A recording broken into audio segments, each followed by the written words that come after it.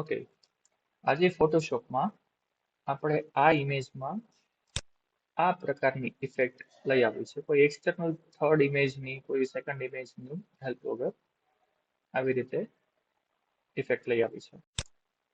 એના માટે સૌથી પહેલા આપણે આ ઇમેજમાંથી રેક્ટેન્ગ્યુલર મર્ક્યુરી ટૂલની મદદથી એક ચેક કરવાનું કે ફીડર 0 હોવું જોઈએ અને આના ટી શર્ટનો થોડોક આટલો ભાગ આપણે સિલેક્ટ કરશું આ રીતે અને કંટ્રોલ જે ની મદદથી એ ભાગને અલગ લેયરમાં લઈ લેશું. મૂવ ટૂલથી આ ભાગને આપણે એક્સપાન્ડ કરશું. એના ટી શર્ટનો જે ભાગ છે એ આપણે એક્સપાન્ડ કરશું. અને હવે ફિલ્ટર મેનુમાં ડિસ્ટોર્ટની અંદર પોલાર કોઓર્ડિનેટ્સ કરવાથી એ સર્ક્યુલર વેમાં આ રીતે કન્વર્ટ થઈ જશે. તો આને આપણે હવે થોડુંક એડજસ્ટ કરી દઈએ. ચાલો ઓકે ઓકે.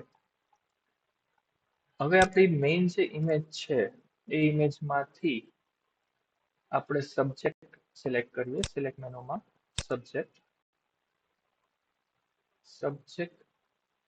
સિલેક્ટ થઈ જાય એટલે કંટ્રોલ જે ની મદદથી એને આપણે નવા લેયરમાં લઈ લઈશું. અને આ સબ્જેક્ટને આપણે સૌથી ઉપલા લેયરમાં મૂકી દઈશું.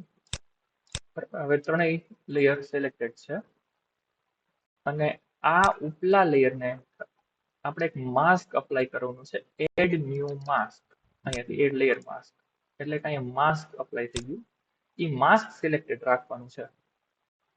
અને હવે એક ખાલી ચેક કરી લેવાનું, આ જગ્યાએ ફોરગ્રાઉન્ડ કલર બ્લેક હોવો જોઈએ, બેકગ્રાઉન્ડ કલર છે એ વ્હાઈટ હોવો જોઈએ. પછી બ્રશ ટૂલની મદદથી 50ની સાઈઝ રાખી દઉં.